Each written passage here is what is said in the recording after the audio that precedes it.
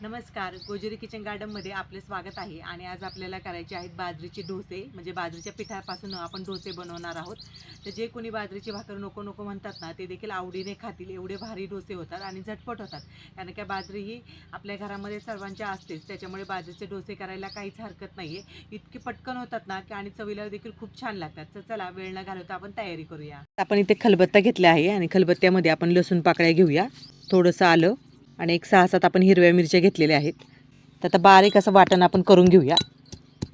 तर माझ्या चॅनलवरती जर तुम्ही नवीन असाल आणि चॅनलला सबस्क्राईब केलं नसेल तर सबस्क्राईब करा, असेच नवनवीन व्हिडिओ पाहण्यासाठी. काढून घेऊया आता.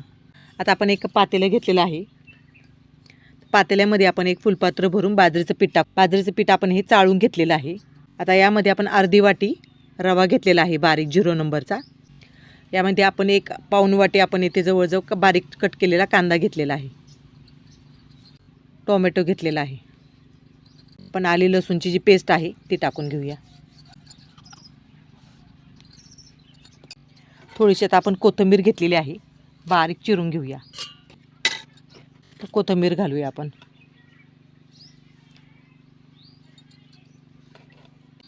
चवीप्रमाणे मीठ. आता हे सर्व मिश्रण आपल्याला एकजीव करून घ्यायचं आहे. आणि डोसे खूप छान होतात बरं का. आणि पोटभरीचा नाश्ता आहे, आपण नाश्त्यासाठी म्हणून असे डोसे आपण करू शकतो. तर सर्व मिश्रण आपले एकजीव झालेलं आहे. आता यामध्ये आपण पाणी टाकूया. पाणी एकदम पण नाही टाकायचं, थोडं थोडं करून टाकूया. पहिल्यांदा आपण वाटणाचं पाणी आहे ते टाकलेलं आहे. अगदी थोडं थोडं पाणी घालायचं आहे. मिश्रण जास्त पण पातळ होता कामा नये. जे आपल्याला डोसे असे टाकता येतील असं सरसरीत आपल्याला असं पीठ तयार करून घ्यायचं आहे. तर अशा प्रकारचे डोसे तुम्ही नक्कीच करून पहा. खूप छान होतात चवीला आणि पौष्टिक आहेत. आणि लहान मुलांना खरं आवडीने खातात हे डोसे. तर अजून थोडंसं पाणी टाकूया आपण. आता हे पीठ आपल्याला झाकून ठेवायचं आहे. म्हणजे एक 10 मिनटं आपण झाकून ठेवूया, म्हणजे रवा चांगला फुलला जाईल. तोपर्यंत आपण चूल पेटून घेऊया. चूल पेटून घेऊया आपण. आता आपण तवा घेतलेला आहे, जो चपातीसाठी वापरतो ना तोच तवा आपण इथे घेतलेला आहे. आणि तवा आपल्याला चांगला गरम करून घ्यायचा आहे. असं जे तवा चांगला तापला नाही तर मग डोसे लगेच निघत नाही व्यवस्थित. त्याच्यामुळे चांगला कडकडीत असा गरम करून घेऊया आपण तवा. आता 10 मिनटं झालेले आहेत. आपण झाकण काढूया. आणि पीठ आपलं चांगलं भिजलं आहे, म्हणजे रवा चांगला आपला फुलून आलेला आहे. तर रवा चांगला फुलून द्यायचा एक 10-1 मिनटं. आता तव्यावरती आपण थोडंसं तेल टाकूया, जेणेकरून डोसा आपला चिटकणार नाही.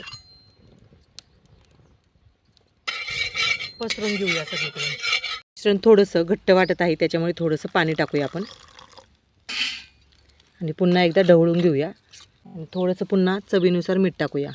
थोडं पाणी वाढवल्यामुळे चवीमध्ये फरक पडतो, त्याच्यामुळे थोडंसं मीठ टाकलेलं आहे. अशा पद्धतीमध्ये करून घेतलेलं आहे. आता आपण डोसा टाकून घेऊया.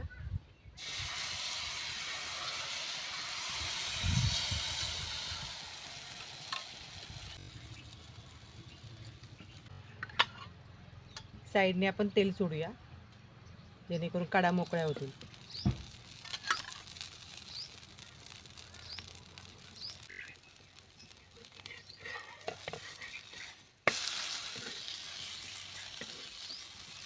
आता आपण पलटून घेऊया.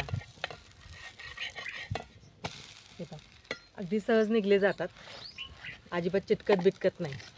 इतके छान होतात आणि मऊसूत होतात खायला. हे डोसे तुम्ही टोमॅटोच्या सॉसबरोबर देखील खाऊ शकता किंवा नुसते खाल्ले तरी चालू शकतं, कारण का आपण यामध्ये हिरवी मिरची वापरलेली आहे आणि आले लसणाची पेस्ट देखील वापरलेली आहे. तर पाहू शकता इथे छानपैकी असा खरपूस असा भाजला आहे दोन्ही साईडनी. आणि चवीला म्हणाल तर 1 नंबर लागतो. तर काढून घेऊया आपण.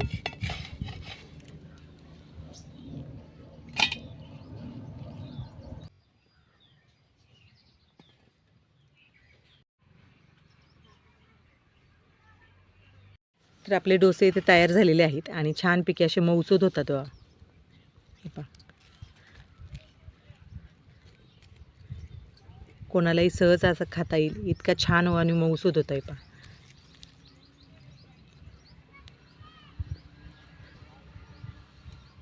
तुम्ही नक्कीच अशा प्रकारे बाजरीचे डोसे करायला अजिबात विसरू नका.